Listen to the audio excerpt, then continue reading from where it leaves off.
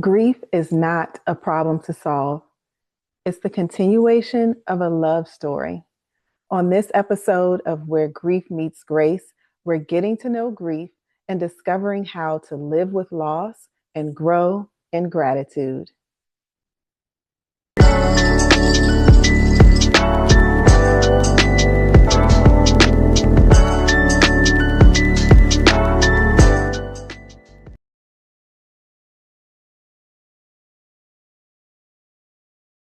Welcome to Where Grief Meets Grace, a space for us to explore grief with curiosity, courage, and connection. Hi, I'm Fatima, and like you, I'm someone who's experienced loss, struggled with grief, and longed for a better way to navigate the complex emotions that impacted my life.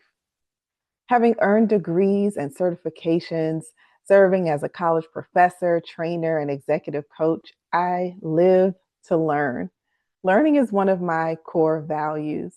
So when I thought about what I could do to become a more courageous griever, I leaned on my love of learning and became a certified grief coach and consultant.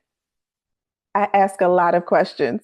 And in my practice, I use this inquiry based approach to help clients discover the depths and the beauty of their grief while honoring their experiences and continuing the next chapters in their love story. In each episode of the show, I'll be introducing you to one of my 5 grief wise pillars, as outlined in the Where Grief Meets Grace companion journal for living with loss.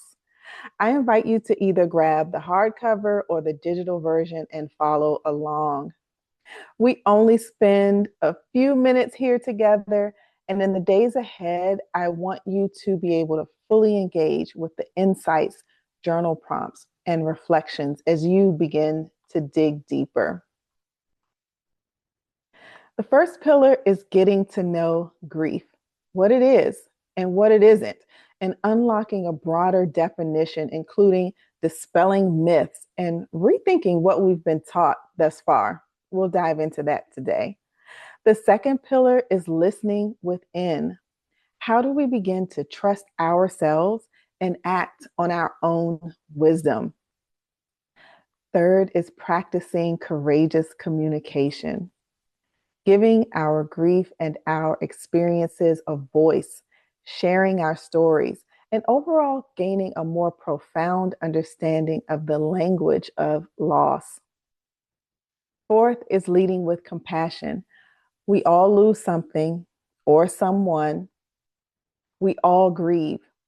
How do we show up with compassion not only for others, but also for ourselves? And fifth is living forward, not allowing our grief to keep us stuck, but reimagining our present and our future with new purpose and hope. Notice that I didn't talk about steps or phases, nothing rigid or prescriptive.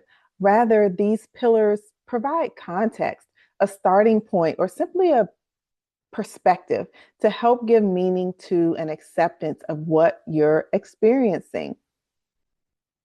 So let's take a deep breath and start with this question.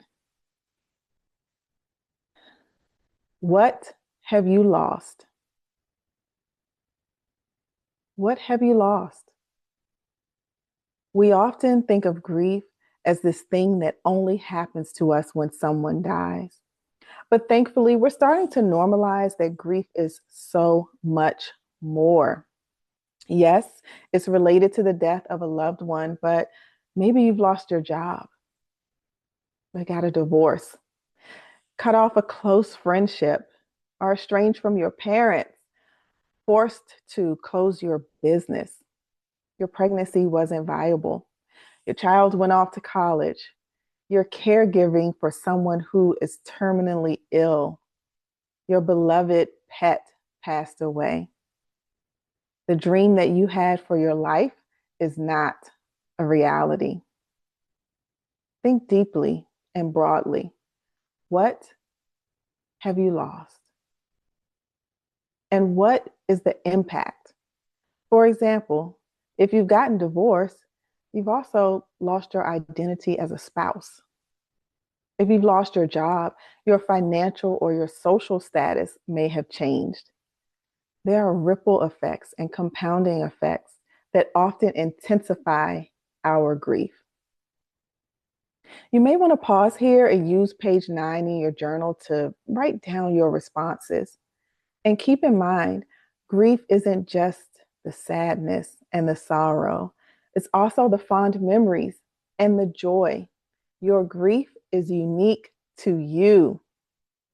Yes. Now that you've recognized that the feelings you've been carrying related to these losses are actually grief, how would it change things if you gave yourself full permission to grieve your way? Imagine letting go of your and others' expectations on how to grieve. No matter what society tells us, grief is not something to rush through, get over, or stay strong about. It doesn't have to be a big loss.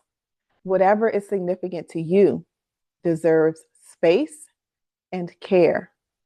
You are entitled to grieve. Allow yourself to do it without shame or apology. So that's what this first pillar is about, getting to know grief, but more importantly, getting to know who you are as a griever. As you continue your reflection, I want to leave you with one more thing to consider.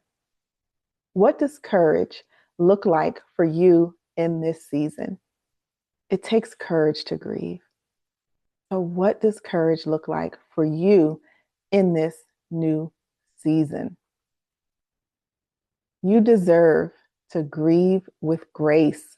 And I sincerely hope that between episodes, you'll use the journal as a guide and connect with our community at griefmeetsgrace.com.